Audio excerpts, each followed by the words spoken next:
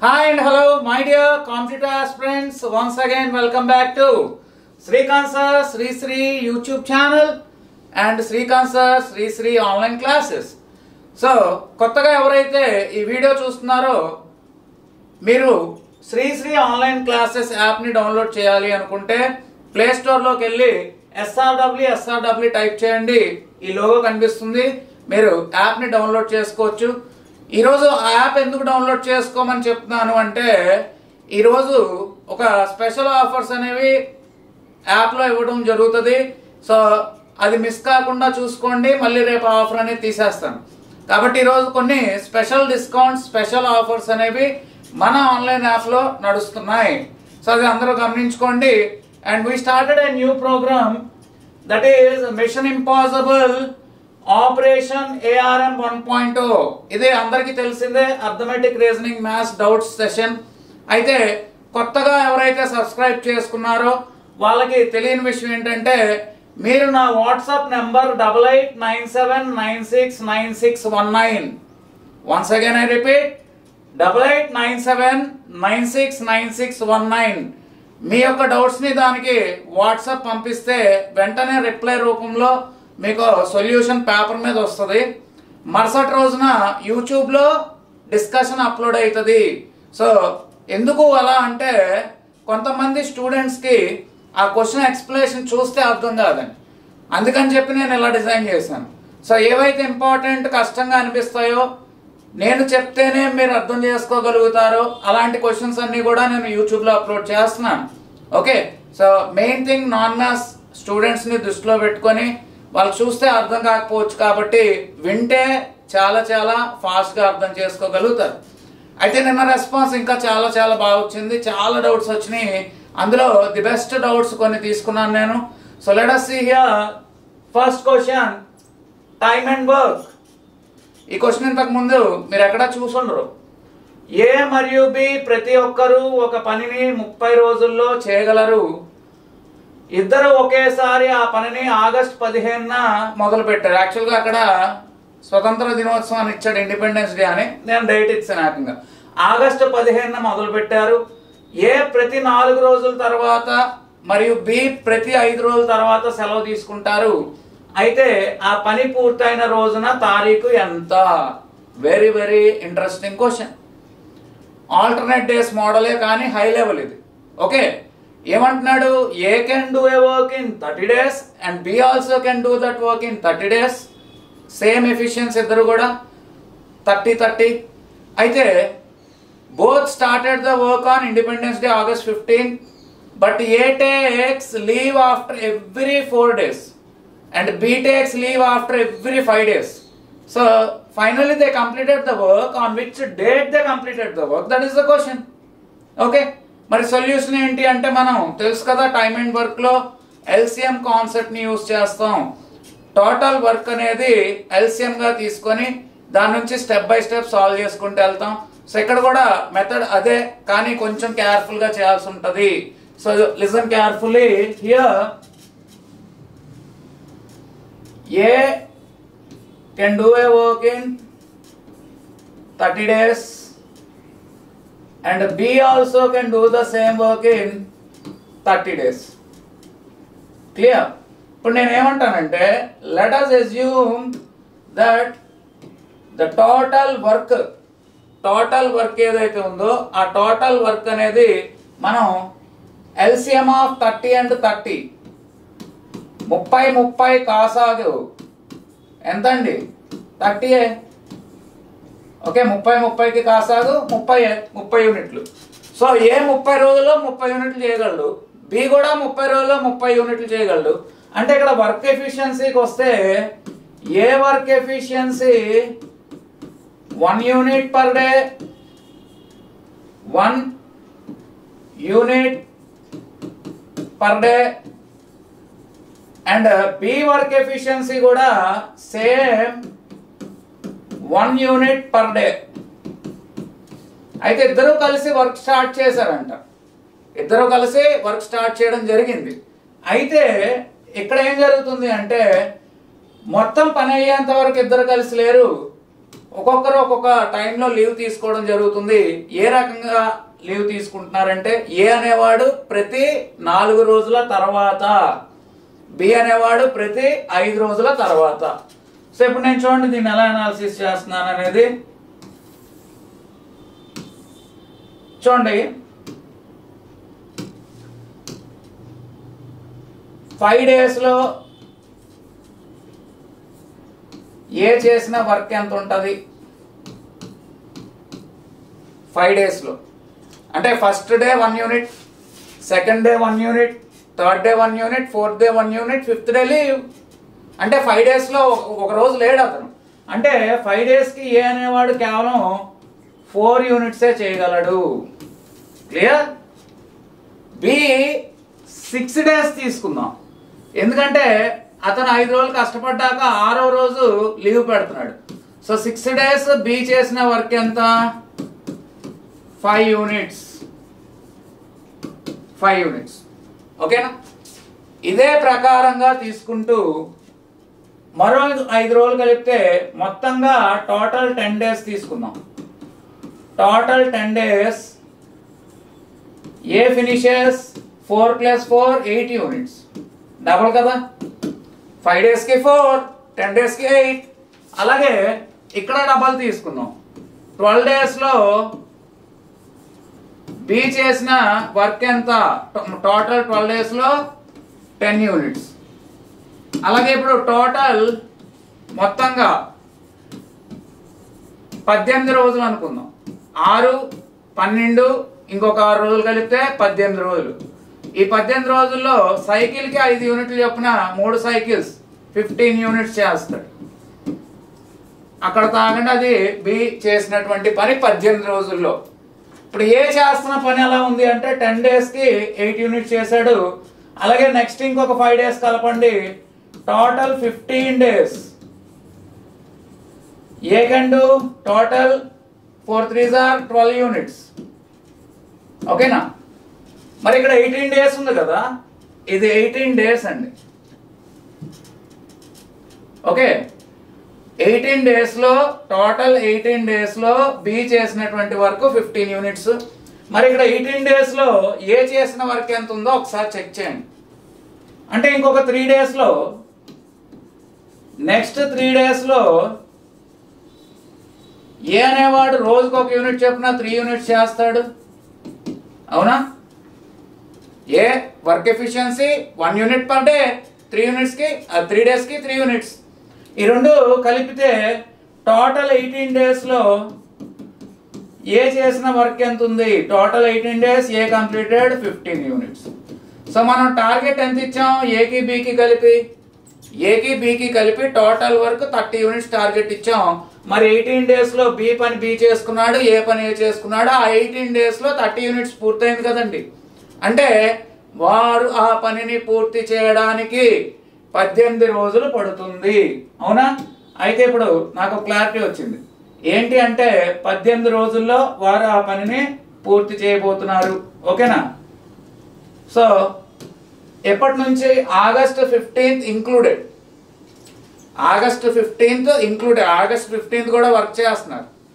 August 15న పని చేస్తున్నారు. అలా ఆగస్ట్ 15th నుంచి ఆగస్ట్ 31 వరకు 16 డేస్ అవుతుందా? అంతేనా? 16 డేస్ ఏంటి? 17 డేస్. ఆగస్ట్ 15th కూడా కలపాలి కదా. అర్థమవుతుందా? లేదు, ఇంకోలా చెప్తాను చూడండి. ఆగస్ట్ 15th ప్లస్ ఇది ఒక 1 డే కాబట్టి ఇంకొక 17 డేస్ అండి. ఆగస్ట్ 15th ప్లస్ ఇంకొక 17 డేస్, 16 డేస్తో ఆగస్ట్ పూర్తి అయిపోతుంది. ఇంకో 1 డే రిమైనింగ్. సో అక్కడ సెప్టెంబర్ 1st ఎంటర్ అవుతుంది. So answer is September 1st is clearly given here in the 4th option. ఒకవేళ మీకు క్లారిటీ రాకపోతే మళ్ళీ ఒకసారి రివైండ్ చేసుకుని మళ్ళీ చూడండి. Next question, time and distance. ఒక వ్యక్తి ప్రతిరోజు 7 AM ఇంటి నుండి బయలుదేరి 8:30 AM ఆఫీస్ చేరుకుంటాడు. కానీ ఒక రోజు 7 AM బయలుదేరి 1/5వ వంతు దూరం 5/6వ వంతు వేగంతో మరియు మిగిలిన దూరం 6/5వ వంతు వేగంతో ప్రయాణించిన ఆఫీసు చేరుకున్న సమయం. This is also very very important model. ఎందుకంటే ఎప్పుడైతే మీ క్వశ్చన్లో ఫ్రాక్షన్ కనిపించిందో ఎగ్జామ్లో ఖచ్చితంగా అలా ఫ్రాక్షన్లో ఇచ్చే అవకాశాలు ఎక్కువ ఉన్నాయి. ఎందుకంటే స్టూడెంట్స్తో టైం కిల్ చేయాలి కదా. సో అవి మనం డీటెయిల్స్ ఫార్ములాలన్నీ వేసుకుంటూ కూర్చుంటే టైం వేస్ట్, డయాగ్రామ్ తీసుకున్న టైం వేస్ట్. ఒకటే గమనించండి ఏంటంటే ఇక్కడ 7 AM నుంచి 8:30 AM వరకు ఎంత టైం తీసుకుంటాడు అనేది ఒక్కసారి గమనించండి. 7 AM నుంచి 8:30 AM వరకు ఎంత టైం తీసుకుంటాడు అంటే 90 నిమిషాలు. గంటన్నర, 1 hour 30 minutes, 90 minutes. ఓకేనా? సో ఇప్పుడు మనకి time is equal to distance by speed అనే ఫార్ములా తెలుసు, అవునా?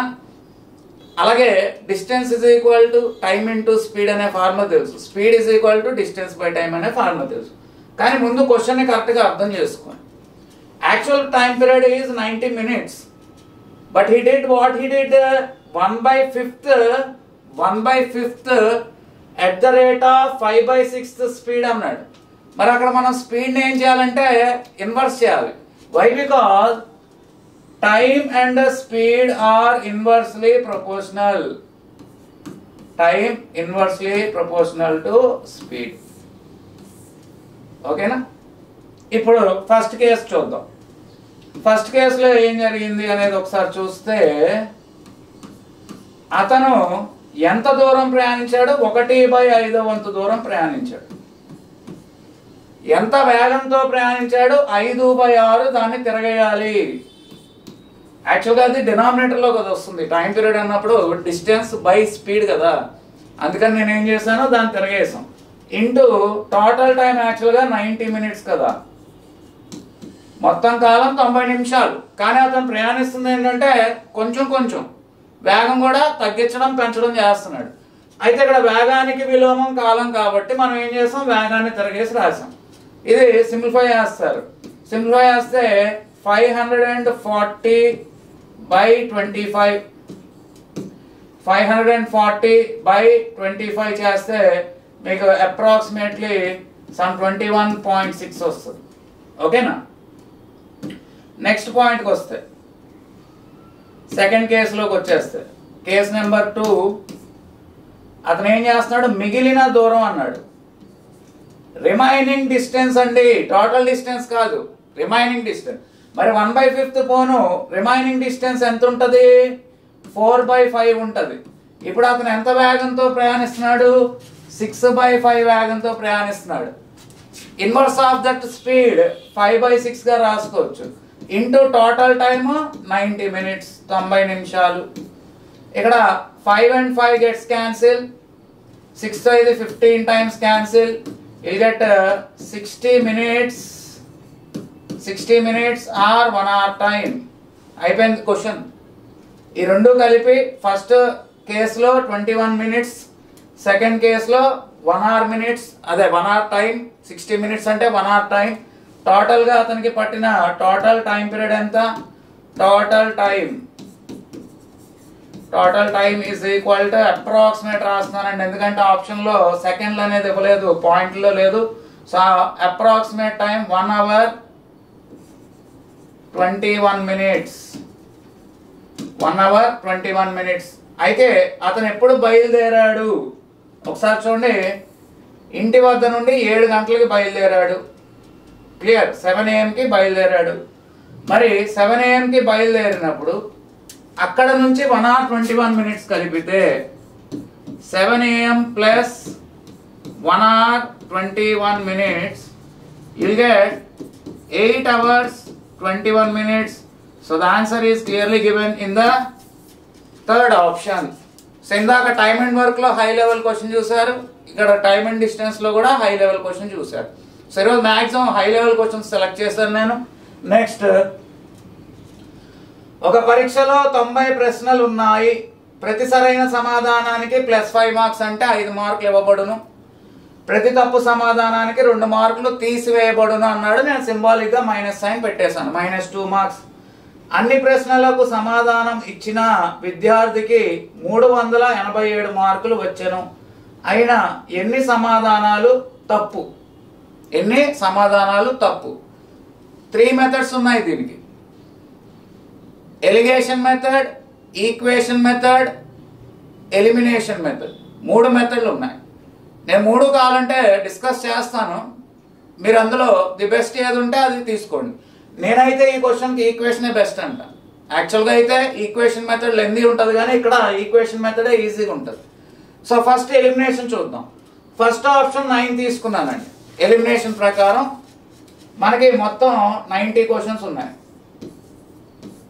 అందులో కరెక్ట్ ఉన్నాయి, రాంగ్ ఉన్నాయి. 9 క్వశ్చన్స్ రాంగ్ అనుకుంటున్నాను, అంటే ఫస్ట్ ఆప్షన్ని చెక్ చేస్తున్నాను నేను. మరి 90లో 9 పోతే ఇంకెన్ని ఉంటాయి? 81. ఇప్పుడు అతనికి వచ్చిన స్కోర్ ఏంటి అంటే కరెక్ట్గా పెడితే ×5 +5, రాంగ్గా పెడితే ఇంటూ -2 మార్క్స్. అంటే అతనికి వచ్చిన స్కోర్ ఇక్కడ 81 × 5 405. అయితే నెగిటివ్ మార్కింగ్లో 18 మార్క్స్ పోయినాయి. నెగిటివ్ మార్క్లో 18 మార్క్స్ పోతే రిమైనింగ్ ఎంత ఉంటుంది చూడండి. 15 - 8 7, 9 - 1 8, 387. ఓకేనా? సో వాడు ఇచ్చింది 387, టాలీ అయిపోయింది కాబట్టి ఇదే ఆన్సర్. మరి ఫస్ట్ ఆప్షన్ కరెక్ట్ అయితే మిగతా ఆప్షన్స్ అనేవి మనం ఎలిమినేట్ చేసేయచ్చు. That is elimination method. Allegation method ఏంటి సార్? ఎలిగేషన్లో ఎలా చేయొచ్చు చూద్దాం. చూడండి, నేను ఆల్ కరెక్ట్ అన్నాను. ఆల్ కరెక్ట్ పెట్టాడు. 95 ఆర్ 450 మార్క్స్ రావాలి. ఆల్ రాంగ్ పెట్టాడు, అన్ని తప్పెట్టాడు. 90 × -2 అంతే కదా. ప్రశ్నకి నెగిటివ్ అంటే అన్ని కప్పెడితే మొత్తం మీద అతని స్కోర్ నెగిటివ్లోకి వెళ్ళిపోద్ది, -180. అవునా? కానీ ఇక్కడ కంబైన్డ్ స్కోర్ ఎంత ఇచ్చాడు? ఇక్కడ ఇచ్చాడు చూడండి, 387 + 387 + 387. Okay, so 2 individual datas and combined data. కరెక్ట్గా పెట్టింది ఒక గ్రూపు, రాంగ్గా పెట్టింది ఒక గ్రూపు, రెండు కలిపి వచ్చింది ఉమ్మడి దత్తాంశం, మధ్యలో రాస్తాం. మరి ఎలిగేషన్ అప్లై చేయడం మీ అందరికీ వచ్చిన విషయమే, అది పెద్ద కొత్త విషయం కాదు.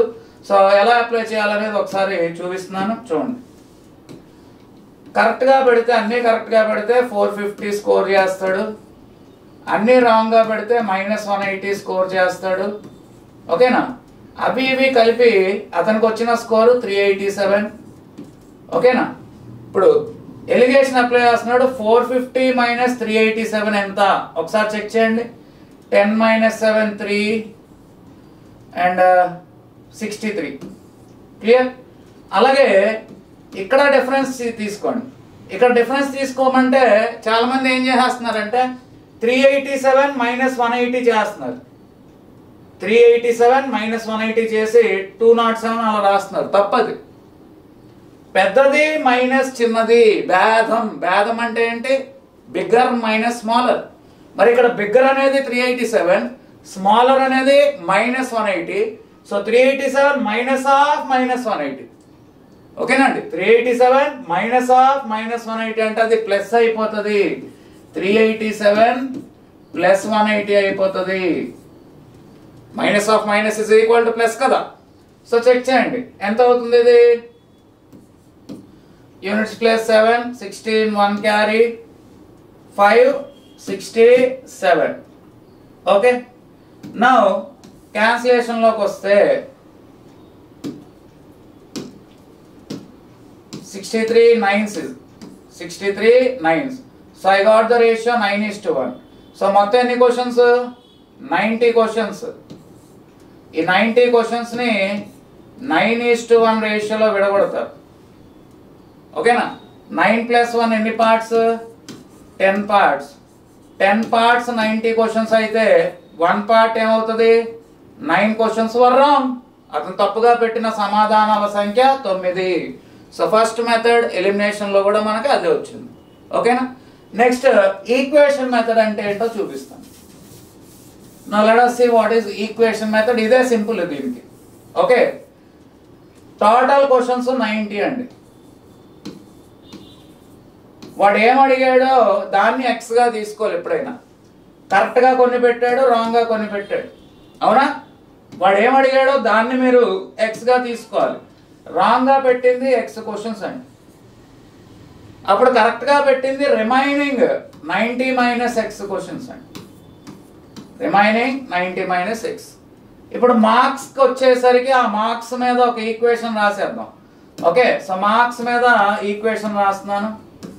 Total marks obtained 5 into 90 minus x and ఇక్కడ నెగిటివ్ మార్కింగ్ -2x.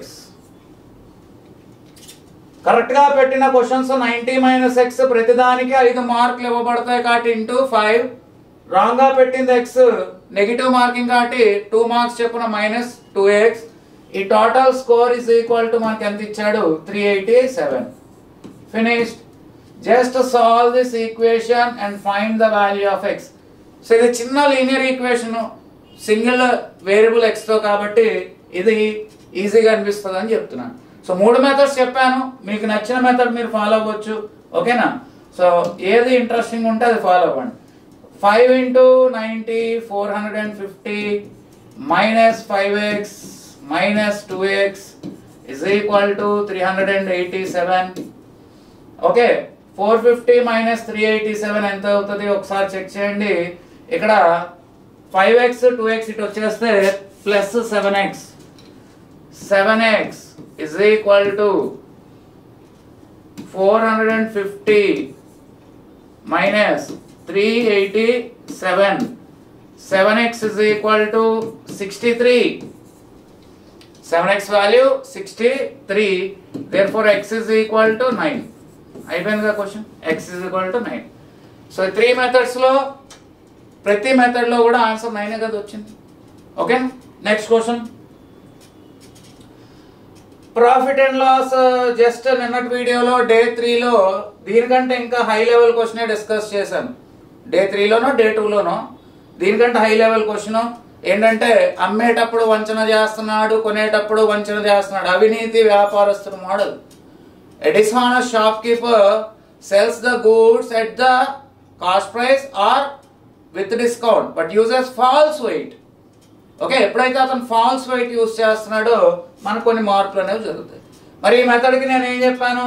ఎక్కువ కంగారు పడకుండా రేషియోస్ వేయండి. ఒక వర్తకుడు కూరగాయ ధరను కిలో 40 రూపాయలు నిర్ణయించాడు, కానీ ప్రస్తుతం 1 కేజీని 35 రూపాయలకి తగ్గిస్తూ 1 కేజీ రాయికి బదులుగా 910 గ్రాముల రాయిని ఉపయోగిస్తున్నాడు. మొత్తం ధరలో మార్పు శాతం ఎంత? Okay, very simple. చూడండి, ఇక్కడ first case and second case ratio వేస్తున్నాను. ఫస్ట్ కేసులో 40 రూపీస్ ఉండేది, ఇప్పుడు సెకండ్ కేసులో 5 రూపాయలు రాయితీ ఇచ్చాడు. కస్టమర్కి ఎంతకు వస్తుంది? 35 రూపీస్. ఈ ఫస్ట్ కేసు అనేది షాప్ కీపరు, ఈడు కస్టమర్. ఓకే, నా సెకండ్ కేసుకి వచ్చేసరికి నేను ఏం చెప్పాను లాస్ట్ వీడియోలో? వెయిట్ రివర్స్లో రాయాలని చెప్పాను కదా. సో 910 గ్రామ్స్ ఇటు, 1 కేజీ 1000 గ్రామ్స్ అటు. అయిపోయింది క్వశ్చన్. Just simplified. ఇక్కడో 0 ఇక్కడో 0 కట్ చేయండి, ఇక్కడో 0 ఇక్కడో 0 కట్ చేయండి. ఇది 7 5s, ఇది 7 13s అనుకుంటా కదా, 13s. Next 2 2s and here this is 2 5s. Multiply చేయమని చెప్పా. 2 into 13 26, 5 into 5 25. సో ఇక్కడ అతనికి వస్తుంది లాస్ అండి. యాక్చువల్గా అవినీతి వ్యాపారస్తుడు అనేది లాస్ కమ్మకూడదు, కానీ ఇక్కడ ఏం చేస్తున్నాడంటే అతనికి గిట్టుబాటు కాక లాస్ కమ్మేస్తున్నాడు. 1 part లాస్ అయిపోతున్నాడు. సో 1 part ఎంత? ఓకేనా? సో 1 part వాల్యూ ఎంత? So percentage change 1/26 into 100%. ఓకేనా? ఇక్కడ ఏం అడిగాడు మనకి? పర్సంటేజ్ డిక్రీజ్ వాల్యూ ఎంత? ఓకే, అప్రాక్సిమేట్లీ కట్ చేస్తే దాన్ని మనకి 3.85% వస్తుంది. That is first option is the right answer. Next, a bag contains 4 red balls, some black balls. If a ball is picked at random, probability of getting a black ball is twice that of a red ball. Find the number of black balls in the bag. ఒక సంచిలో కొన్ని ఎర్ర రంగు బంతులు, కొన్ని నల్ల రంగు బంతులు ఉన్నాయి. అందులో 4 ఎరుపు రంగు అయితే మిగిలినవి నలుపు రంగు. ఎరుపు రంగు బంతుల సంఖ్య 4 అని తెలుసు, నలుపు రంగు బంతుల సంఖ్య ఎంత అని అడుగుతున్నాడు. కానీ నలుపు రంగు బంతులను ఎంపిక చేస్తున్నప్పుడు వచ్చినటువంటి సంభావ్యత ఎరుపు రంగు బంతులకు రెట్టింపు అంట. అయిపోయింది కదా. 4కి రెట్టింపు 8, 4కి ట్వైస్ ఎంత 8. అక్కడతో ఆపేయచ్చు క్వశ్చన్. మీకు కావాలంటే అది ఎలా వచ్చింది అనేది ఈక్వేషన్ రాసి చూపిస్తాను, కానీ ఎగ్జామ్లో అదంతా చేయకండి. ట్వైస్ అన్నాడు అనుకోండి 4 × 2 8 తీసుకోండి. థ్రైస్ అన్నాడు అనుకోండి 4 × 3 12. 10 టైమ్స్ అన్నాడు అనుకోండి 4 × 10 40. That's all. అయితే ఏంటి సార్ ఆ కాన్సెప్ట్ ఏంటి, అసలు ఎలా వచ్చింది అది అనేది మీరు తెలుసుకోవాలి అనుకుంటే ఇది చూడండి. రెడ్ బాల్స్ని ఆర్తో సూచిద్దాం, క్యాపిటల్ ఆర్. బ్లాక్ బాల్స్ని బితో సూచిద్దాం. ఓకేనా. సో ఇక్కడ 4 red balls and x black balls. So total number of chances if I pick a event, total number of chances, n of s is equal to 4 plus x. Okay. Now probability of getting a red ball is 4/4 plus x, and the probability of getting a black ball is x/4 plus x. Okay. మనకేం చెప్పాడు, the probability of black ball is the twice of red ball. దాని నుంచి ఒక equation రాసేద్దాం. Okay చూడండి, ఇక్కడ probability of black ball is twice that of probability of red ball. ఓకేనా. So x/4 plus x is equal to 2 into 4/4 plus x. Now cancellation part లోకి వస్తే denominator 4 plus x, 4 plus x cancel అయిపోయింది. x is equal to 2 4s are ఎంత 8. మరి ఇదంతా ఎగ్జామ్లో చేయడం అవసరమా? అనవసరం. జస్ట్ మీకు కాన్సెప్ట్ తెలిస్తే అది ఈజీగా గుర్తుపెట్టుకుంటారని ఇదంతా ఎక్స్ప్లెయిన్ చేశాను. ఇదంతా కూడా మనకి ఎగ్జామ్లో పనికొచ్చే విషయం కాదు. రెట్టింపు అంటే డబుల్ వేసేయడమే, 3 రెట్లు అంటే 3తో గుణించేయడం. నెక్స్ట్ క్వశ్చన్ చూడండి. పార్ట్నర్షిప్ భాగస్వామ్యం. ఏ మరియు బి పెట్టుబడులు వరుసగా 2 లక్షలు మరియు 3 లక్షల రూపాయలు.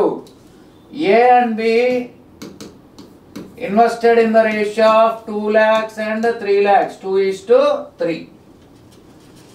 ఏ వర్కింగ్ పార్ట్నర్ కావున 20% జీతంగా లభిస్తుంది. A is A working partner gets 20% as salary. వార్షిక లాభంలో బి వాటా 12,000. ఇయర్ ఎండ్ ప్రాఫిట్ లో బి షేర్ 12,000. అయితే మొత్తం లాభం ఎంత? ఇది యాక్చువల్ ప్రొసెస్ చేస్తే కొంచెం టైం టేకింగ్ అండి. నేనేం చేస్తానంటే త్రూ ఆప్షన్ వెళ్ళిపోతాను. ఆప్షన్ వెళ్ళిపోతే ఫస్ట్ ఆప్షన్ చెక్ చేద్దాం, అది కరెక్ట్ అనుకోండి, రిమైనింగ్ ఆప్షన్స్ ఎలిమినేట్ చేస్తాం. ఇప్పుడు ఆప్షన్ 1 ప్రకారం ఆప్షన్ 1 చెక్ చేస్తున్నాను చూడండి. టోటల్ ప్రాఫిట్ అనేది 20,000 అనుకుందాం. 20,000. ఓకే.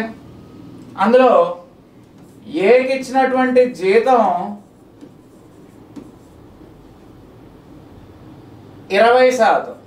ఎప్పుడైనా మీరు జీతం ఎందులో ఉండి తీయాలండి? లాభంలో నుంచి ముందు జీతం డిడక్ట్ చేసిన తర్వాత ఏకి ఎంత లాభం ఇవ్వాలి, బికి ఎంత లాభం ఇవ్వాలి, అది పెట్టుబడుల నిష్పత్తిలో పంచాలి. అవి బేసిక్స్ మీకు తెలుసు.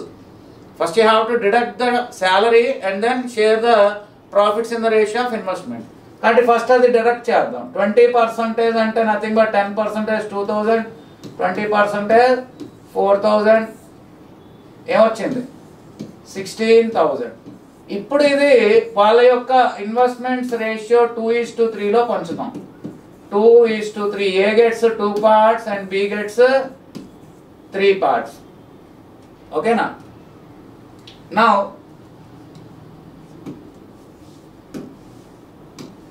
చూడండి ఇక్కడ 2 parts and 3 parts. B share అనేది 12,000 వస్తుందా లేదా అనేది చెక్ చేయాలి. మరి B షేర్ 12,000 వస్తుందా అంటే 3/5 into 16,000 ఎట్టి పరిస్థితుల్లో కూడా నాట్ ఈక్వల్ టు 12,000. కాబట్టి first option gets eliminated. First option సరైన సమాధానం కాదు. అవునా? ఇప్పుడు ఆప్షన్ 2కి వెళ్దాం. ఆప్షన్ 2 ఏమి ఇచ్చాడు? ఆప్షన్ 2లో 25,000 ఇచ్చాడు. అవునా? సో ఆప్షన్ 2 ప్రకారంగా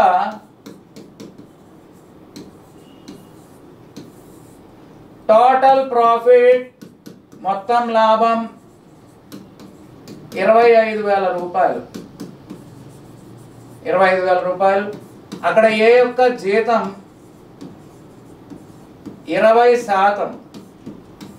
ఏ యొక్క జీతం 20% తీసేస్తారు. సో ఏ యొక్క జీతం 20% అంటే 25,000లో 10% 2,500, 20% 5,000 తీసేస్తారు. అప్పుడు రిమైనింగ్ ఎంత ఉంటుంది? 20,000 ఉంటుంది. ఈ 20,000ని ఏ మరియు బిలకు ఏ రేషియోలో పంచుతున్నాడు? 2:3 రేషియోలో పంచుతున్నాడు. అంటే ఇది 5 parts value. So 5 parts is equal to 20,000 వచ్చింది. మరి 5 parts 20,000 అయినప్పుడు 1 part ఏమవుతుంది? 4,000. 2 parts 8,000. 3 parts 12,000. So here 12,000 and here 12,000 Tally అయింది కదా. సో టాలీ అయింది కాబట్టి you can go with second option is the right answer. Eliminate the third and fourth option. So ఇదే best method. మీకు ప్రాసెస్ కావాలి అంటే ప్రాసెస్ కూడా చెప్తాను. ఇంట్రెస్ట్ ఉన్న వాళ్ళు నోట్ చేసుకోండి. ప్రాసెస్ అక్కర్లేదు సార్ ఎలిమినేషన్లో వెళ్ళిపోతాంలేండి అనుకున్న వాళ్ళు ఇక్కడతో ఆగిపోవచ్చు. ఓకే, సో ప్రాసెస్ ఏంటనేది ఒకసారి చూద్దాం. ఓకే, ఎలిమినేషన్లో ఎలా చేయాలో అనేది మనం డిస్కస్ చేసుకున్నాం. కానీ అదే ఆన్సర్ ఫోర్త్ ఆప్షన్లో ఇస్తే ఏంటి సార్ మా పరిస్థితి? మొత్తం 4 ఆప్షన్స్ చెక్ చేయడానికి టైం వేస్టే కదా అనే డౌట్ వస్తుంది మీకు. అందుకే ప్రాసెస్ కూడా చెప్తున్నాను. ఆ ప్రాసెస్ కూడా పెద్ద కష్టమేం కాదండి. రేషియోస్ మెథడ్లో వెళ్ళిపోవడమే ఈజీగానే ఉంటుంది. సో ఏంటి అంటే ఇక్కడ ఏ మరియు బిలు 2:3 నిష్పత్తిలో పెట్టుబడులు పెట్టారు కాబట్టి లాభాన్ని కూడా అదే విధంగా పంచుకోవాల్సిన అవసరం ఉంది. కాకపోతే ఏకి అదనంగా జీతం వస్తుంది అంతే. అయితే ఇక్కడ నేను ఏమంటానంటే let us consider this 2 as 200 units and this 3 as 300 units. ఎందుకు 200 300 తీసుకున్నాను? పర్సంటేజ్ అంటే per 100. ఎప్పుడైనా పర్సంటేజ్ని ఈజీగా సింప్లిఫై చేయాలంటే పక్కన 2 సున్నాలు ఉంటే తొందరగా పని అయిపోద్ది కాబట్టి. ఓకే, సో టోటల్ వచ్చేసరికి టోటల్ ప్రాఫిట్ ఎంత అయింది? ఇప్పుడు total is equal to 200 + 300 500 units. దీంట్లో నుంచి ఏ జీతం కట్ చేద్దాం. ఏకి ఇచ్చిన జీతం ఎంత? ఏకి ఇవ్వబడిన జీతం 20%, 100 యూనిట్స్ తీసేస్తే 400 యూనిట్స్ ఉంటుంది. Remaining balance amount is 400 units.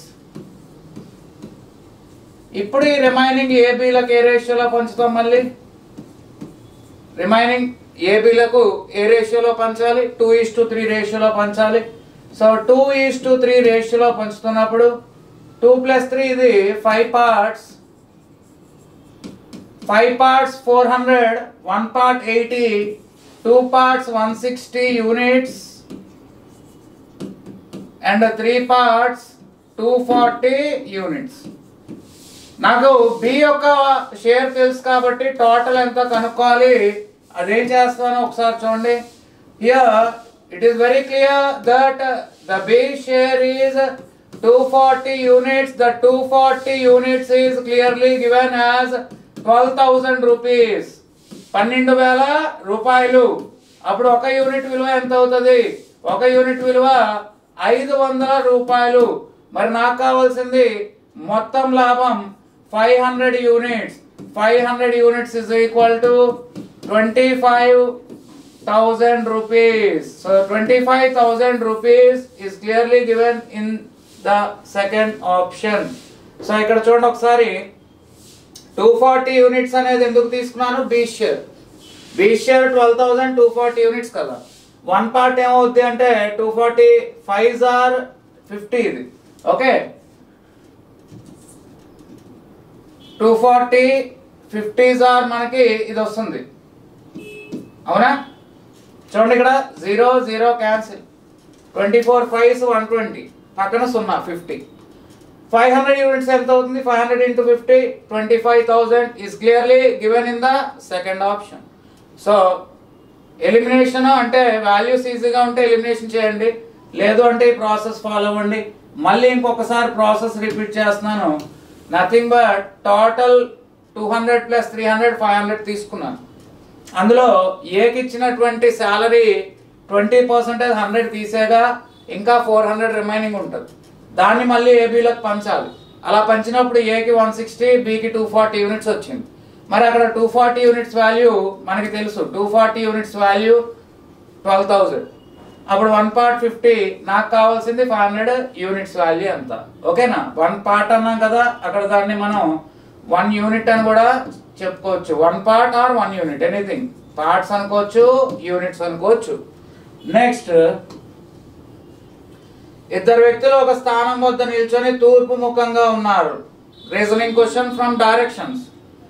ఒక వ్యక్తి సవ్య దిశలో 90 డిగ్రీలు, మరొక వ్యక్తి అపసవ్య దిశలో 90 డిగ్రీలు తిరిగి 10 కిలోమీటర్లు ప్రయాణించారు. తర్వాత ప్రతి ఒక్కరూ తమ ఎడమ వైపుకు తిరిగి 10 కిలోమీటర్లు ప్రయాణించారు. ప్రస్తుతం సుమారుగా వారి మధ్య దూరం ఎంత ఉంది? ఒక డయాగ్రామ్ తీసుకోవాలి దీనికి.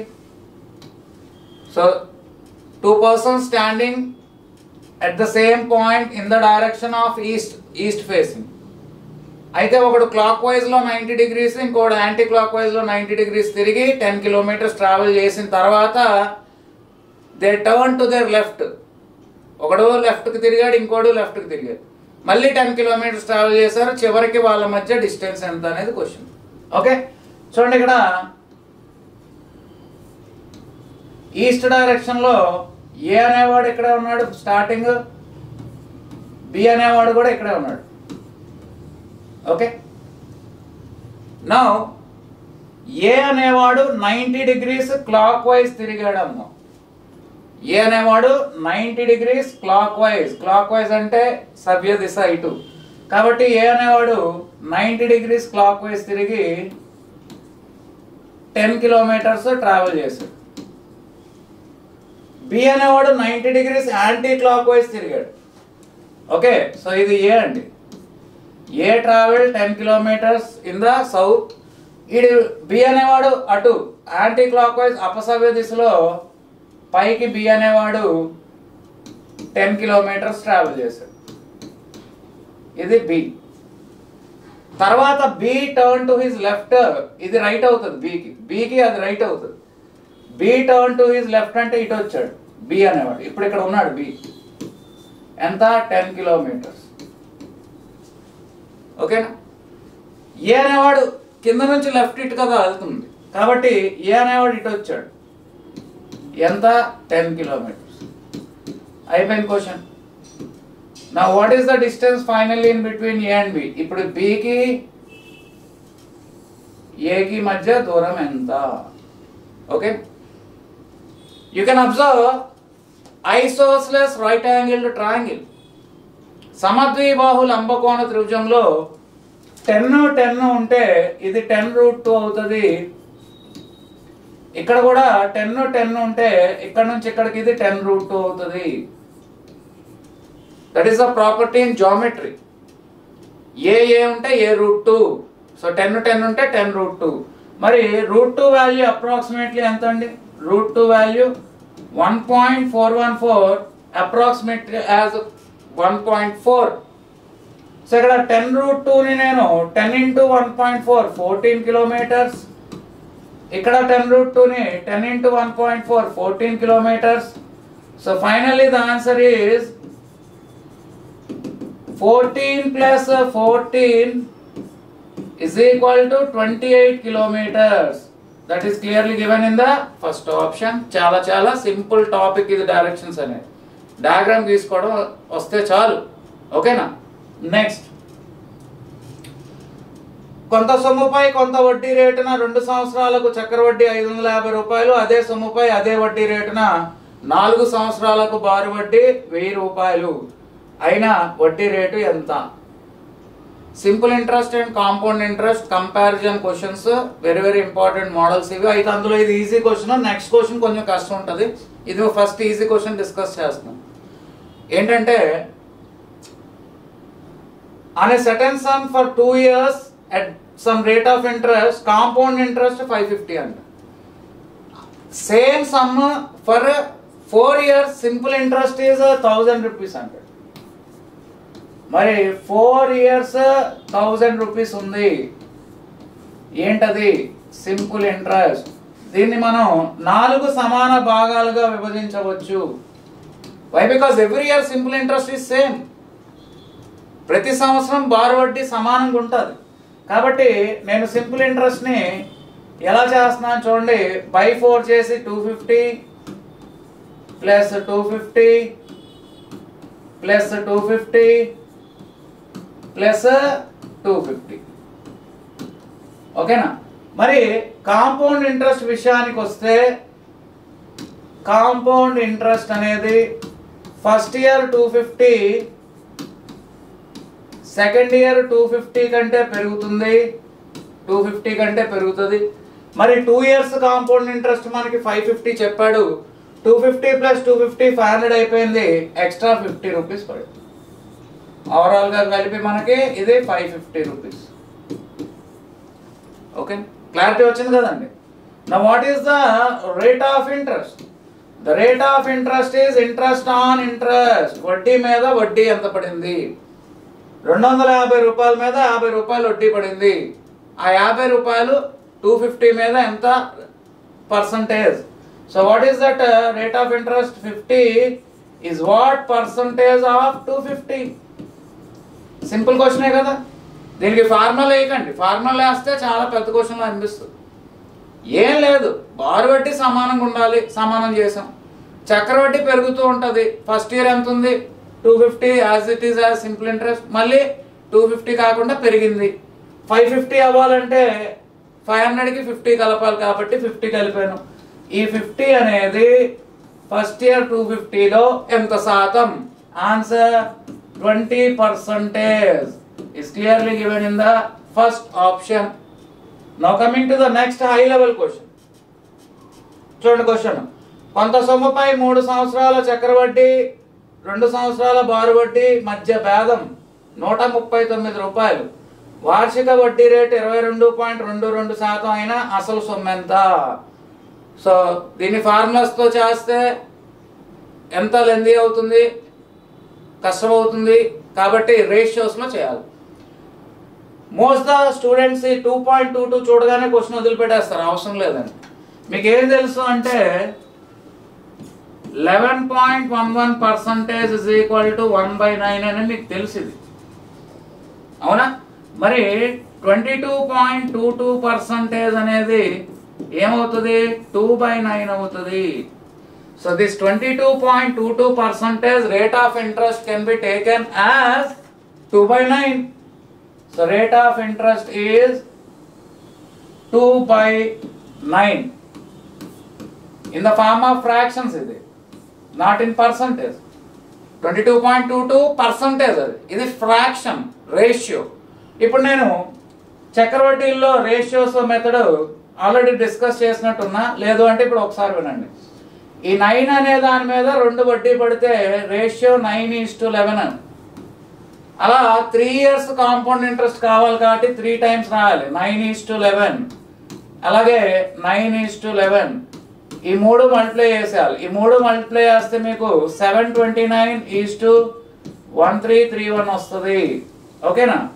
ఇప్పుడు మనం చూసినట్లయితే ఈ 729ని ప్రిన్సిపల్ అనాలి, ఈ 1331ని అమౌంట్ అనాలి. ఈ రెండింటి భేదమే 3 years కాంపౌండ్ ఇంట్రెస్ట్. ఓకే, చూడండి, 3 years compound interest is equal to, ఈ రెండింటి మధ్య డిఫరెన్స్ ఫైండ్ చేయండి. ఓకేనా? ఎంత అవుతుంది? 602 అవుతుంది. 602 యూనిట్స్. అవునా? మరి 2 years సింపుల్ ఇంట్రెస్ట్ ఎంత? 2 years simple interest is 2 into 1 year simple interest. మరి 1 year సింపుల్ ఇంట్రెస్ట్ అంటే రేట్ ఆఫ్ ఇంట్రెస్ట్ 2/9 అని చెప్పుకున్నాం. So 2/9 of the principal amount 729. ఓకేనా? Year the principal amount is 729 అండి. 100 యూనిట్స్ కాదు, నేను పర్సంటేజ్లో చేయట్లేదు, ఫ్రాక్షన్స్లో చేస్తున్నాను. ప్రిన్సిపల్ 729, అప్పుడు కాంపౌండ్ ఇంట్రెస్ట్ 602 యూనిట్స్. అదే ప్రిన్సిపల్ మీద పర్ యానం 2/9 ఇంట్రెస్ట్ వస్తుంది. 2 yearsకి 2 into ఇంట్రెస్ట్ చేసాం. అది సింప్లిఫై చేశారనుకోండి, 9తో ఇది 81 టైమ్స్ కట్ అయింది. 81 into 4 324 యూనిట్స్. 324 యూనిట్స్. మనకేమిచ్చాడు? వాటి మధ్య భేదం 139 రూపాయలని ఇచ్చాడు. The differences in between the compound interest and simple interest difference is, మరి ఇక్కడ డిఫరెన్స్ ఒకసారి చెక్ చేయండి. 12 - 4 ఎంత? 8. 9 - 2 7 and 5 - 3 2. 278 units. Okay, the 278 units is given as 139 rupees. 139 రూపాయలు. అప్పుడు 1 యూనిట్ వాల్యూ ఏమవుతుంది? కరెక్ట్గా 139 2s are 278 కదండి, అంటే ₹1/2 అవుతుంది. వాడు ఏమడిగాడు ఆయన? అసలు సొమ్ము ఎంత? అసలు సొమ్ము అంటే ఇది 729. ఓకేనా? So what is 729? 729 units is the principal. So 729 units is equal to 729 into half, that is equal to 364.5 rupees. 364.5 రూపాయలంట. మరి ఆప్షన్లో ఎక్కడ ఉంది? చూడండి, ఎక్కడ ఉంది అది? First option 364.5 rupees. This is called as ratio shortcut method, not formula. Okay, next. ఒక త్రిభుజం ఏబిసిలో డి మరియు ఈలు అనేవి ఏబి మరియు బిసి భుజాల మీద బిందువులు. డి ప్యారలల్ టు ఏసీ మరియు AD to BD is equal to 3:2 అయిన ట్రెపిజం ఏసీఈడి మరియు ట్రయాంగిల్ బిఈడి వైశాల్యాల నిష్పత్తి ఎంత? జామెట్రీలోని మంచి క్వశ్చన్ ఇది. ఖచ్చితంగా జామెట్రీ నుంచి మనకి 1 or 2 మార్క్స్ గ్యారంటీగా అడుగుతాడు. ట్రయాంగిల్ ఏబిసిలో D and E are points on the sides of AB and BC, whereas D is parallel to AC and AD is to BD is 3:2. Okay. Trapezium ACED and triangle BED areas ratio అని అడుగుతున్నాడు.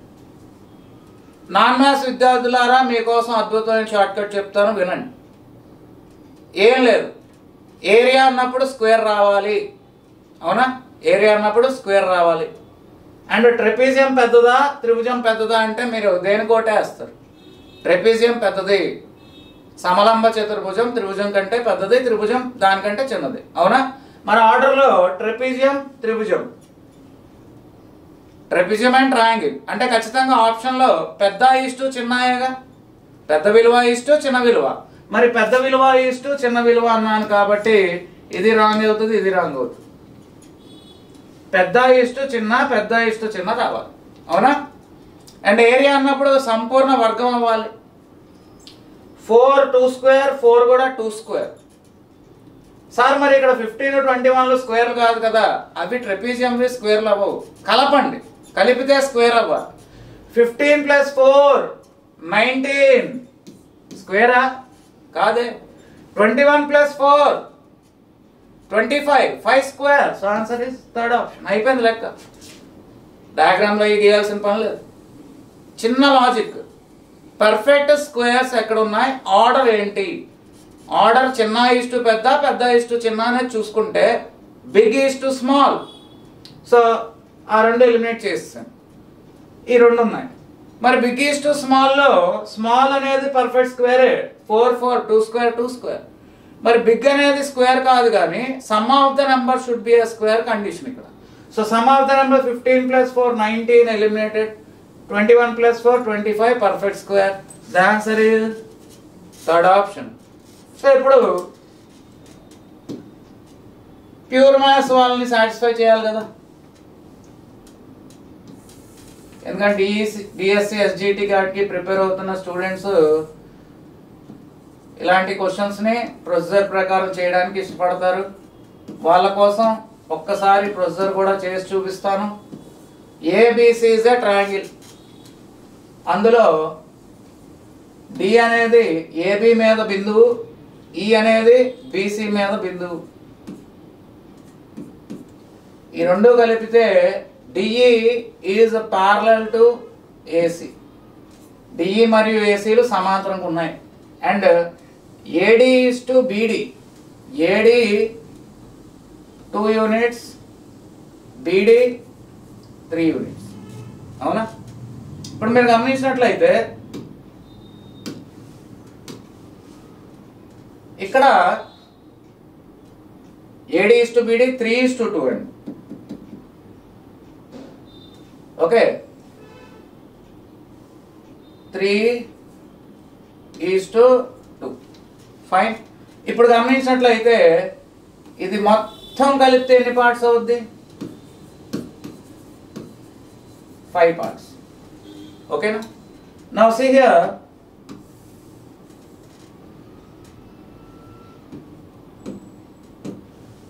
ఈ triangle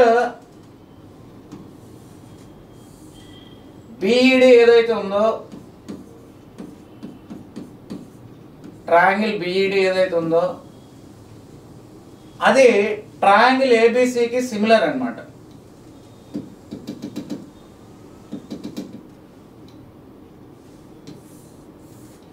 triangle BED is similar to triangle ABC. ఈ రెండు స్వరూప త్రిభుజాలు అవుతాయి. ఎందుకంటే ఈ రెండు రేఖలు ఎప్పుడైతే ఇవి సమాంతరం అన్నాడో ఆ రెండు స్వరూప త్రిభుజాలు అవుతాయి. కాబట్టి వాటి యొక్క ఏరియాస్కి వచ్చేసరికి కరస్పాండింగ్ సైడ్స్ స్క్వేర్, అంటే ఇది 2 స్క్వేర్ ఇది. ఓకేనా? అండ్ ఏబిసి వచ్చేసరికి 5 స్క్వేర్ అండి. 4 ఈజ్ టు 25. ఓకే, అయితే ఇక్కడ ఈ పార్ట్ తీసేస్తే మనకి రిమైనింగ్ ట్రెపిజియం ఏర్పడుతుంది. అవునా? టోటల్ ట్రయాంగిల్లో నుంచి ఈ స్మాల్ ట్రయాంగిల్ తీసేస్తే ట్రెపిజియం ఏర్పడుతుంది. మరి ట్రెపిజియం ఏరియా ఎంత? Trapezium ACED area is nothing but total 25 minus 4 21 units. 21 square units. So units వదిలేండి. ఓకే, అయిపోయిందిగా క్వశ్చన్. ఏం అడుగుతున్నాడు? What is the ratio of ACED 21, BED 4. 21 is to 4 is clearly given in the third option. Clarity వచ్చింది కదా? Next question చూద్దాం. Time and distance, కాలం మరియు దూరం. ఒక రైలు ఏ స్టేషన్ను 8 గంటలకు వదిలి బి స్టేషన్కు 12 గంటలకి చేరుకుంటుంది. ఒక కారు బిని వదిలి 8:30కి ఏని 12 గంటలకి చేరుకుంటుంది. అయినా వారు ఏ సమయానికి కలుసుకుంటారు? Very very important model. ఇది కూడా కొంచెం హై లెవెల్ క్వశ్చన్ అండి. దీనికి అసంప్షన్ మెథడ్ చేసుకుంటూ కూర్చుంటే వేస్ట్. ఒక చిన్న ఫార్ములా ఇస్తాను, అది కొంచెం బై హార్ట్ చేసుకోవాలి. మీకు బట్టి పట్టాల్సిందే, తప్పదు. ఈ మోడల్ మాత్రం ఏంటంటే అటు నుంచి ఒకడు వస్తుంటున్నాడు, ఇటు నుంచి ఒకడు. 2 రైళ్ళు అనొచ్చు, ఒక రైలు కారు అనొచ్చు, 2 వ్యక్తులు అనొచ్చు. ఒకడు కొంచెం లేట్గా స్టార్ట్ అవుతాడు, లేదా స్టార్టింగ్ టైం ఎండింగ్ టైం ఇస్తాడు. ఇక్కడ అంతే, మీకు ఏమి ఇవ్వడు, డిస్టెన్స్లు కానీ స్పీడ్లు కానీ ఏమి ఇవ్వడు, only starting time and ending time ఇస్తాడు.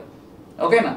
సో ఇక్కడ స్టార్టింగ్ టైంకి వచ్చేసరికి ఫస్ట్ పర్సన్ స్టార్టింగ్ టైం ఏంటి? 8 AM to 12 noon. 8 AM to 12 noon. Second person వచ్చేసరికి 8:30 AM టు సేమ్ మధ్యాహ్నం 12 గంటలకే చేరుకున్నాడు. ఇది కూడా కానీ ఇద్దరు ఆపోజిట్ డైరెక్షన్లో వస్తారు, గుర్తుపెట్టుకోండి. కలుసుకోవాలంటే ఆపోజిట్ డైరెక్షన్లో వస్తున్నారు. ఏ టైంకి కలుస్తారు అనేది కావాల్సిన ఆన్సర్. సో ఇక్కడ నేను ప్రయాణపు కాలం T1ని 4 అవర్స్గా తీసుకుంటాను. రెండో కారు ప్రయాణపు కాలం T2ని 3.5 అవర్స్గా తీసుకుంటాను. Okay, 8 to 12 4 hours, 8:30 to 12 3.5 hours. And next time gap అంటే బయలుదేరిన సమయాల మధ్య భేదం. చూడండి, ఈ 2 బయలుదేరిన సమయాల మధ్య భేదం time gap. The time gap is ½ an hour. 8కి 8:30కి ఎంత భేదం ఉందండి? ½ an hour, 30 minutes. ఓకేనా? ఇప్పుడు ఒక చిన్న ఫార్ములా చెప్తున్నాను, ఆ ఫార్ములాని మీరు గుర్తుపెట్టుకోవాల్సిన అవసరం ఉంది. సో ఏంటి ఆ ఫార్ములా అంటే, రిక్వైర్డ్ ఆన్సర్కి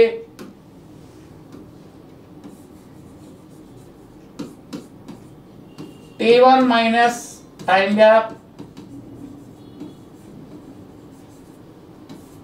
చూడండి, దీన్ని వేరే వేరే రకాలుగా కూడా చేయొచ్చు. ఇది నేను గుర్తుపెట్టుకున్న ఫార్ములా నేను మీకు ఇస్తున్నాను. T1 minus time gap T2 by T1 plus T2. ఒకవేళ మీకు వేరే ప్రొసీజర్, వేరే మెథడ్ తెలుసుండి అది బాగా పర్ఫెక్ట్ అయితే అది ఫాలో అవ్వండి, మళ్ళీ కన్ఫ్యూజ్ అవ్వద్దు. ఈ మెథడ్, ఈ మోడల్ తెలియని వాళ్ళు మాత్రం ఈ ఫార్ములాని బై హార్ట్ చేసుకోండి. T1 మైనస్ టైం గ్యాప్ అంటే మొదటి రైలు ప్రయాణపు కాలం మైనస్ కాల వ్యవధి. T2 కారు ప్రయాణపు కాలం బై రెండింటి మొత్తం. సో T1 ఎంత ఉంది? T1 4 hours minus time gap ½ an hour. T2 ఎంత ఉంది? T2 3.5 hours. T1 plus T2 4 plus 3.5 7.5. ఓకేనా? సో ఇక్కడ ఒక స్టూడెంట్ ఏం చేశాడంటే పైన ½ కింద ½ కొట్టేశాడు. అంతే కదా, పైన ఒక ½ ఉంది, కింద ఒక ½ ఉంది, క్యాన్సిల్ చేస్తాడు. చేయొచ్చు అలాగా. 3.5 ఈజ్ అ మిక్స్డ్ ఫ్రాక్షన్. అది అలా చేయొచ్చా? చేయకూడదు, తప్పది. కాబట్టి ఏం చేయాలనేది ఒకసారి చూడండి. 4 మైనస్ ½ 3.5, దీన్ని నేను 7/2 అని రాస్తాను. ఓకే, అండ్ 3.5 అంటే మళ్ళీ 7/2, 7.5 అంటే 15/2. ఇప్పుడు క్యాన్సిల్ చేసుకోవచ్చు. డినామినేటర్లో /2/2ని క్యాన్సిల్ చేసుకోవచ్చు. సో అది క్యాన్సిల్ చేసే క్రమంలో /2/2 క్యాన్సిల్ అయింది. ఇక క్యాన్సిల్ చేయడానికి ఏం లేదు. 49/30 వచ్చింది. 49/30 అవర్స్. ఇది 49/30 అవర్స్. మరి 49/30 అవర్స్ని ఎలా రాయొచ్చు అంటే 1 hour పక్కకు తీసాను. 1 hour పక్కకు తీసిన తర్వాత ఇంకా 19 మిగిలి ఉంటుంది రిమైండర్. 19/30 into 60 minutes. 60ని 30తో క్యాన్సిల్ చేస్తే 2 minutes. 19 into 2 38 minutes. ఇదంతా రఫ్ వర్క్ మీరు ఓన్గా రాసుకోవాలి. ఓకేనా? మిక్స్డ్ ఫ్రాక్షన్లో కన్వర్ట్ చేస్తే 1 పక్కకు లాగేస్తారు, 1 hour. రిమైనింగ్ 19/30 అవర్స్లో మినిట్స్లోకి మార్చాలి. అవర్స్ని మినిట్స్లోకి మార్చాలి. 19/30 ఇంటూ 60, 19 to 38 minutes. ఓకేనా? ఇప్పుడు ఫైనల్ ఆన్సర్ ఏంటి అంటే, మనం ఎప్పుడైనా సరే గుర్తుపెట్టుకోండి, రెండవ వ్యక్తి బయలుదేరిన సమయానికి ఇది కలపాలి. సో రెండవ వ్యక్తి బయలుదేరిన సమయం రెండో వ్యక్తి ఎప్పుడు బయలుదేరాడు? 8:30 AM బయలుదేరాడు. 8:30 AM బయలుదేరి 1 గంట 38 నిమిషాలు తర్వాత కలుసుకుంటున్నారు. ఓకేనా? సో ఇక్కడ ఆన్సర్ 8 + 1 9. మరి 30 + 38 68 అంటే గంట దాటింది కదా. ఎప్పుడైతే 60 minutes గంట దాటిందో ఆ 1 hour ఇట్లా లాగేస్తారు. 10 ఇంకా 8 మిగులుతుంది. 10:08 AM. So 10:08 AM is clearly given in the second option. ఓకేనా? So very standard model question ఇది.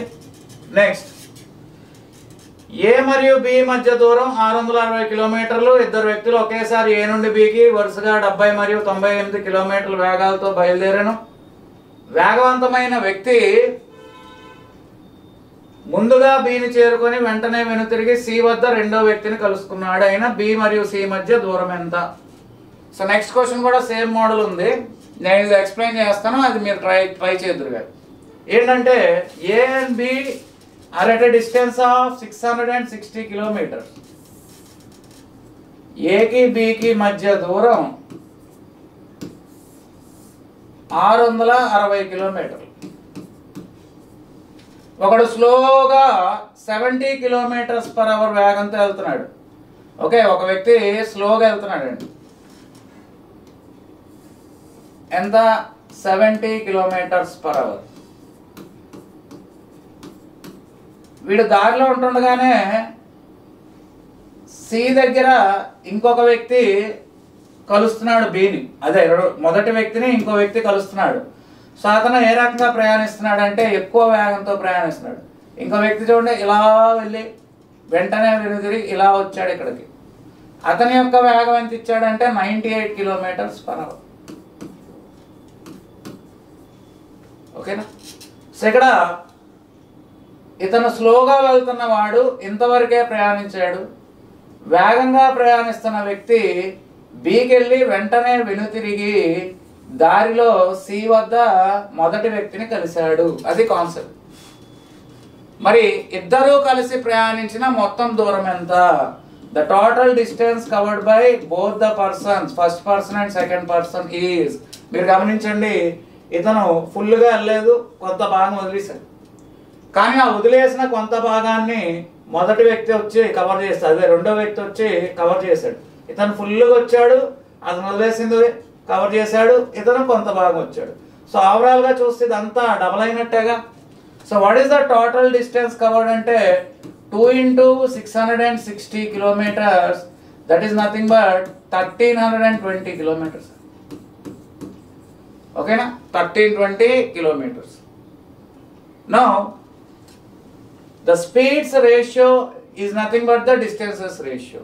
మీరు గమనించినట్లయితే ఇక్కడ ఈ 1320ని d1:d2 ఏ రేషియోలో మనం విభజించవచ్చు అంటే 70:98. 70:98. మరి ఇక్కడ 70:98 క్యాన్సిల్ అవుతాయి కదా.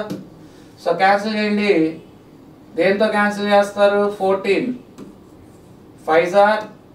నెక్స్ట్ 14తో ఇది ఎన్నిసార్లు కట్ అవుతుంది అంటే 14తో 5 times. నెక్స్ట్ ఇది 14తో 7 times కట్ అవుతుంది. ఓకేనా? 5:7. సో ఇక్కడ 5, 7 కలిపితే ఇది 12 parts. 12 parts 1320 kilometers. Clear? Now what is this 5 parts value? This 5 parts value, 7 parts value అంత అనేది చూద్దాం. 12 parts 1320, 1 part 110, ఇది 550 kilometers అండి. ఇది 770 kilometers. మొత్తం కలిపి 13. అంటే ఈ మొదటి వ్యక్తి ప్రయాణించింది జస్ట్ 550. మరి ఈ రిమైనింగ్ ఎంత ఉంటుంది? ఈ రిమైనింగ్ ఎంత ఉంటుంది? 660లో 550 పోతే 110. నాకు కావాల్సింది what is the distance between B and C. The distance between B and C is 110 kilometers is clearly given in the first option. Okay, same model ఈ డిస్టెన్స్ అడుగుతాడు నెక్స్ట్ క్వశ్చన్లో. ఓకేనా? ఇక్కడ చూడండి, రెండో వ్యక్తి 550 ప్లస్ 110 660 ప్లస్ అగైన్ 110 770. సరిపోయిందా? Tally అయిందా లేదా? ఇక్కడ ఏం లేదు, ఇంత డయాగ్రామ్ గీసాను. నెక్స్ట్ క్వశ్చన్ ఇంత డయాగ్రామ్ గీయను, నేను డైరెక్ట్ సింగిల్ స్టెప్ ఆన్సర్ వేస్తాను. మీకు అర్థం కావడం కోసం మొత్తం ఎక్స్ప్లెయిన్ చేస్తాను. ఓకేనా? ఇక్కడ మీరు గమనించినట్లయితే టోటల్ డిస్టెన్స్ని డబల్ తీసుకోవాలి, స్పీడ్స్ రేషియోలో డిస్టెన్సెస్ సర్దేయాలి. ఓకేనా? సో అక్కడ మొదటి వ్యక్తి ప్రయాణించిన దూరం, రెండో వ్యక్తి ప్రయాణించిన అధిక దూరం ఎంత అనేది చూడమంటున్నాడు. అది 110 వచ్చింది. మరి నెక్స్ట్ క్వశ్చన్ మీరే ఓన్గా సాల్వ్ చేయాలి. క్వశ్చన్ చదివి ఎప్పుడైనా సరే అర్థమెటిక్ క్లాస్ వింటున్నప్పుడు, లేదా రీజనింగ్ క్లాస్, లేదా ప్యూర్ మ్యాథ్స్ క్లాస్ వింటున్నప్పుడు చేతిలో ఒక పెన్ ఉండాలి, ఆ పెన్ కింద ఒక పేపర్ ఉండాలి. నేను చెప్పకముందే మీరు రఫ్ వర్క్లో అది ఫాస్ట్గా చేసుకుంటూ వెళ్ళాలి. అర్థమవుతుందా? కాబట్టి ఈ క్వశ్చన్ నేను మాట్లాడుతున్నాను కదా, తెలివైన విద్యార్థి ఈ పాటిగా క్వశ్చన్ని చదివి రఫ్ వర్క్ చేస్తూ ఉంటాడు. ఓకే, కాబట్టి మీరు కూడా అలా చురుగ్గా తయారైతేనే ఎగ్జామ్లో సక్సెస్ అవ్వగలుగుతారు. లేదంటే ఇప్పుడు నేను చెప్తుంది ఇదంతా కూడా వృధా అవుతుంది. నేను చెప్తున్న ఈ మోడల్స్ అన్నీ కూడా ఎగ్జామ్లో రిపీటెడ్గా వచ్చిన మోడల్సే, స్టూడెంట్స్ సెలెక్టెడ్గా పంపించిన మోడల్స్ ఇవి అన్నీ కూడా. అందరూ కూడా ప్రీవియస్ పేపర్స్ ప్రిపేర్ అవుతూ ఈ క్వశ్చన్స్ నాకు పంపిస్తున్నారు, అవే నేను మీకు ఎక్స్ప్లెయిన్ చేస్తున్నాను. అయిపోయింది ఆన్సర్? వచ్చిందా? ఎంత వచ్చింది? ఓకే, నేను చెప్తాను చూడండి. P మరియు Q మధ్య దూరం 27 కిలోమీటర్.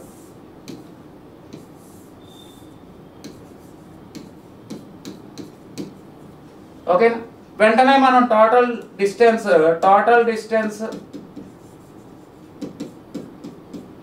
× 27 54 అని రాశారు. ఇప్పుడు ఈ 54ని ఎలా విడగొట్టాలి? In the ratio of the speeds 4:5లో విడగొట్టాలి. అవునా?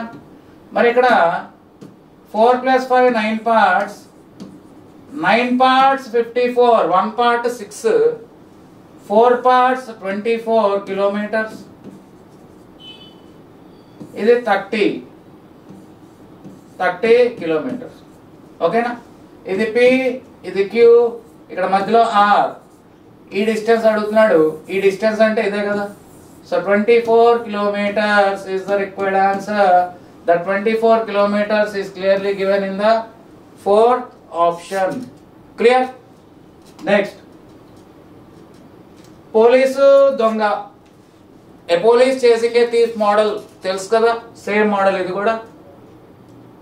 65 km/h వేగంతో ప్రయాణిస్తున్న రైలు ముంబై నుండి 10 AM కి బయలుదేరిన 75 km/h వేగంతో ప్రయాణిస్తున్న మరొక రైలు అదే దిశలో ముంబై నుండి 12 noon కి బయలుదేరను.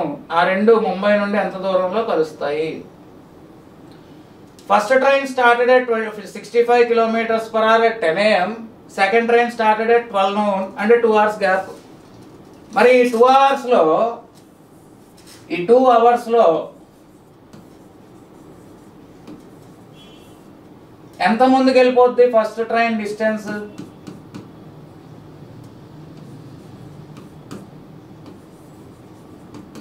2 hours లో 2 × 65 130 kilometers. And coming to the relative speed in the same direction, అదే దిశలో అన్నాడు కదా. రిలేటివ్ స్పీడ్ సాపేక్ష వేగం is equal to 75. చూడండి, ఇది second speed S2 - S1. 75 - 65 10 km/h. Now at what time they will meet? Time ki formula, time is equal to distance by relative speed. So 130 by 10, 13 hours. Okay, so ఇది second train కి consider చేయాలి ఎప్పుడైనా సరే. Police బయలుదేరి దొంగను పట్టుకుంటాడు అంటే అక్కడ దొంగ పరిగెట్టిన దూరం క్యాలిక్యులేట్ చేయడం కాదు, మనం పోలీసు పరిగెట్టి దొంగను పట్టుకోవాలి. అదే ఇప్పుడు ఫస్ట్ ట్రైన్ నుంచి వెళ్దాం అనుకున్నారు అనుకోండి, 13 hours తీసుకోవద్దు. 13 hours తీసుకోకుండా ఈ 2 hours ముందే ఉన్నాడు కదా, ఆ 13 2 కలిపి 15 hours తీసుకోవాలి. 15 hours × 65 చేయాలి. అలా చేసిన ఆన్సర్ వస్తుంది. లేదు సింగిల్ స్టెప్లో వేసేద్దాం సార్ అంటే మనం ఏం చేయొచ్చు అంటే దీనికి డైరెక్ట్గా distance covered by the second train 13 hours into its speed 75 kilometers per hour. 13 into 75 750 plus ఎంత అవుతుంది? 975 kilometers is in the third option. Okay, so అలా మీరు గమనిస్తే డే 1లో చాలా తక్కువ క్వశ్చన్స్ చెప్పడం జరిగింది. డే 2కు 2 క్వశ్చన్లు పెరిగినాయి, డే 3కి ఇంకో 2 క్వశ్చన్లు పెరిగినాయి, ఈరోజు ఇంకొక 4 క్వశ్చన్లు పెరిగినాయి. అలా డే బై డే ఇంక్రీజ్ అవుతుంది. సో ఓవరాల్గా ఇంకొక 15 days మీరు ఇలాగే మన యూట్యూబ్ ఛానల్ ఫాలో అయితే ఎగ్జామ్లో ఖచ్చితంగా సక్సెస్ అవ్వాలని మనస్ఫూర్తిగా కోరుకుంటూ మీ Srikanth sir, thank you very much.